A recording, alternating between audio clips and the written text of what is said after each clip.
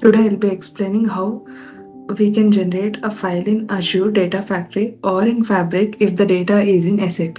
So in a real time, how we can do it, I'll consider a scenario or an example and I'll explain you how we can generate a file. So basically we can consider there will be some series of steps. So basically the main thing is a JSON which we'll be considering.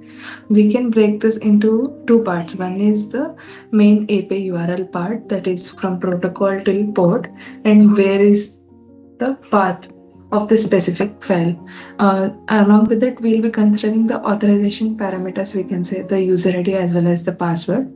And then main thing which is about the object ID and all this stuff. That is object ID, here we are considering this RM07 docs and a variant of USB for SAP1, and the format we are using is JSON, and we are trying to generate a file in Azure. So the desk type will be Z and the desk name will be ECS REST Azure Blobs SAP data, and the desk path is basically where we want to generate a file in Azure Data Factory.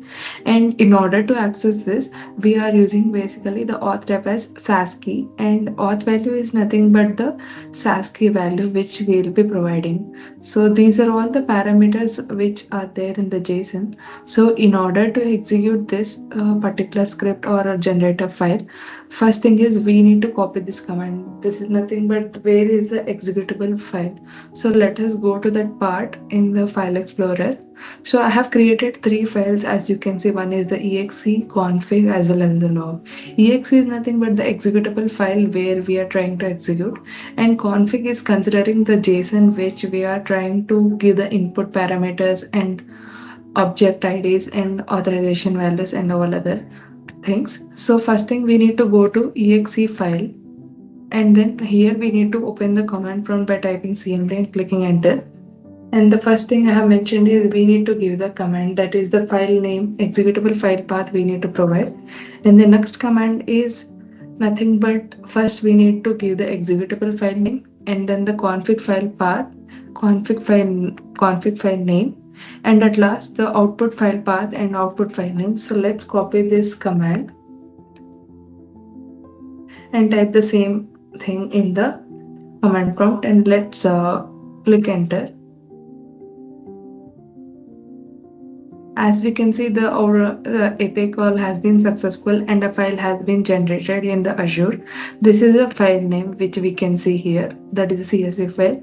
So let's go to the Azure Data Factory and check whether the file has been generated successfully or not. So this was the file path we have specified in the JSON. So let's refresh the screen and let's check whether the file has been generated or not.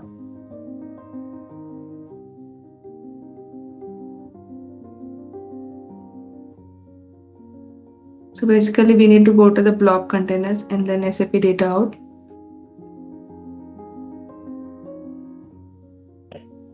And extract 0821, and at last that's the fabric 022026.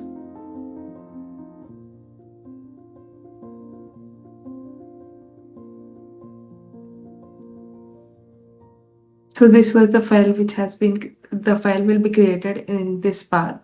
So let's go to the fabric as well as and check whether the file has been generated in the fabric shortcut or not.